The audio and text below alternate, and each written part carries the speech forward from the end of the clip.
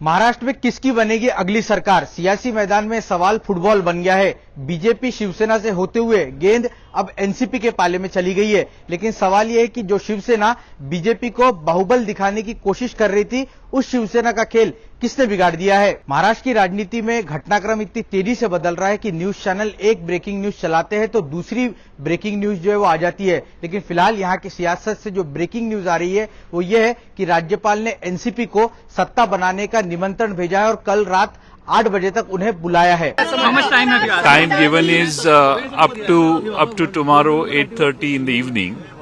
हमने उनको कहा है कि हमारी जो अलायंस पार्टी है, कांग्रेस पार्टी, उनसे हम बातचीत करेंगे, चर्चा विचार विनिमय करेंगे और जो भी हमारा रिप्लाई है वो जल्द से जल्द उनको देंगे। ये नौबत इसलिए आई क्योंकि राज्यपाल ने शिवसेना को 24 घंटे में समर्थन जुटाने का वक्त दिया था, लेकिन शिवसेना ऐसा नहीं कर पाई। आदित्य ठाकरे और एकनाथ शिंदे ने राज्यपाल से मुलाकात की और सरकार बनाने की इच्छा जताई, लेकिन नंबर नहीं दिखा पाए। शिवसेना ने राज्यपाल से 2 दिन का वक्त मांगा, लेकिन राज्यपाल ने देने से इनकार कर दिया। लेकिन शिवसेना नंबर क्यों नहीं जुटा पाई, इसकी खबर आई कांग्रेस की एक चिट्ठी से। कांग्रेस की चिट्ठी में लिखा था कि आज हमने अपने नेताओं से बात की, इसके अलावा शरद पवार से भी बात हुई है, आगे भी होगी।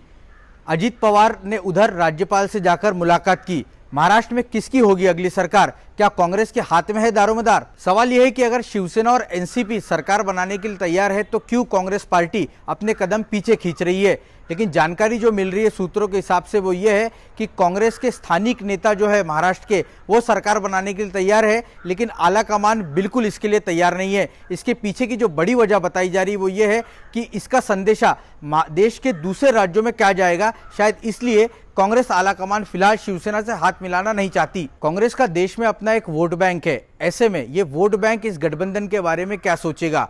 और झारखंड में दूसरा अगर देखें तो झारखंड में विधानसभा के चुनाव इसी महीने होने हैं, वहां पर क्या संदेशा जा सकता है? महाराष्ट्र अगर हासिल कर भी लिया तो कोई देश हाथ से फिसल ना जाए, ये भी कांग्रेस के मन में एक बड़ा सवाल बना हुआ है। एक बड़ा सवाल ये भी है कि 3 पहियों की गाड़ी कितने दिन चलेगी, इसकी कोई गारंटी नहीं है। उधर बीजेपी सियासी सर्कस की दीर्घा में बैठकर मजे ले रही है और उसके पास अब भी तुर्क का इक्का है। राज्यपाल ने जिस अंदाज में शिवसेना को वक्त देने से इनकार कर दिया और उधर एनसीपी को अब सत्ता स्थापन करने के लिए निमंत्रण भेजा है, ऐसे में अगर कांग्रेस सही वक्त पर अपना फैसला नहीं ले पाई तो महाराष्ट्र में राष्ट्रपति शासन लगना तय माना जा रहा है। फिलहाल तो सवाल यह है कि शिवसेना चुनाव पूर्व विरोधियों के साथ मिलकर सरकार बना पाएगी या नहीं। लेकिन सवाल ये भी है कि अगर सरकार बनाने में शिवसेना को इतनी दिक्कत हो रही है तो सरकार चलाने में आने वाले दिनों में कितनी दिक्कत होगी।